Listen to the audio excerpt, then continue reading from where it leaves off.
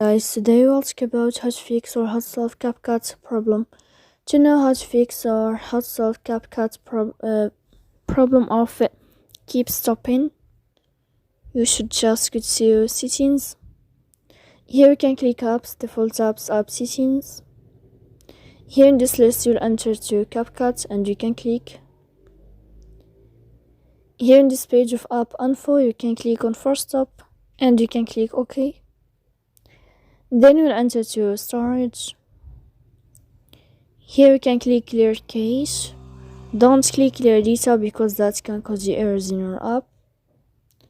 In the end you can turn off your Wi-Fi and you can wait a moment to turn on your Wi-Fi again.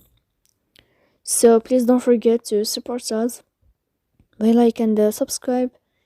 See you next time in another video, and thank you for your attention and your watching.